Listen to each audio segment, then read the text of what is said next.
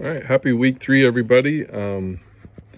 This one was, my dad actually had cancer, so I was helping him when he got done with chemo, work on his getting back into, he's a big outdoorsman, hunting fish and getting kind of back in that shape. So I was going to kind of, seeing this was kind of just reminded me of all that stuff that we did with him, and I'm going to kind of list out how we did it. Once he was done with chemo, it was obviously a few weeks where he felt like doing much. And then we kind of had to make sure all his nutrition needs were being met. Protein was really important at that time. Making sure he got lots of fluids, doing that. Once we were able to get, make sure he's eating, getting all his protein, doing all that, then we kind of came up with a plan.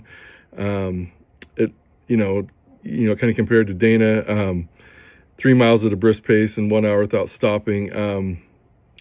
For him, wasn't that quick, but we did. I think we started off with a mile, and then it took him a while to do it, but it was just walking up and down the road.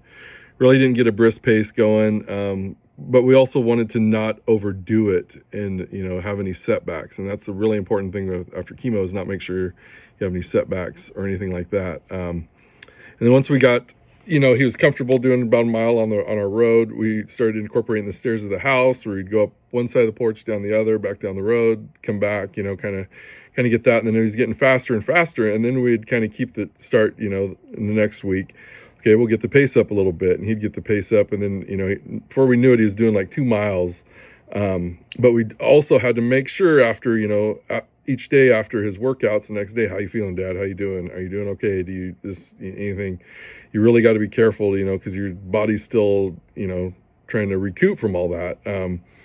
And relying on the protein and making sure you're drinking enough water and eating right and doing all that. So gradually, you just want to increase everything, but make sure you're also taking care of your body. And then kind of we kept track too of how far, how long, any setbacks, any side backs. And if we did, I think about in week 4, he kind of was feeling crummy, and so we just kind of scaled it back a little bit. Okay, let's go back to what we're doing week 3. And gradually we got up to where he was comfortable and felt like he was back in shape. It just took a while, like I said. And you also got to, like I said, what health and fitness and personal factors should you also consider when it comes to Dana's progression? And you got to consider, are they able to do it? Their health. Are they getting all the nutrition? Everything. Is the doctor okay with this? And that was one thing we had to check with. Is this okay what we're doing? And the doctor's very supportive of it. You leave a lot of it up to the person. How do they feel? But you also want to encourage them and push them a little bit when they need to be pushed, but not over push them. So it's a real fine line. I kind of learned that, and to keep them going. So anyway, I kind of look forward to hearing what everybody else's thoughts on this. This is just kind of what we did when my dad was sick. Yeah, I look forward to it, and I hope everybody's having a good week 3, and I look forward to everybody's responses. Thanks. Bye.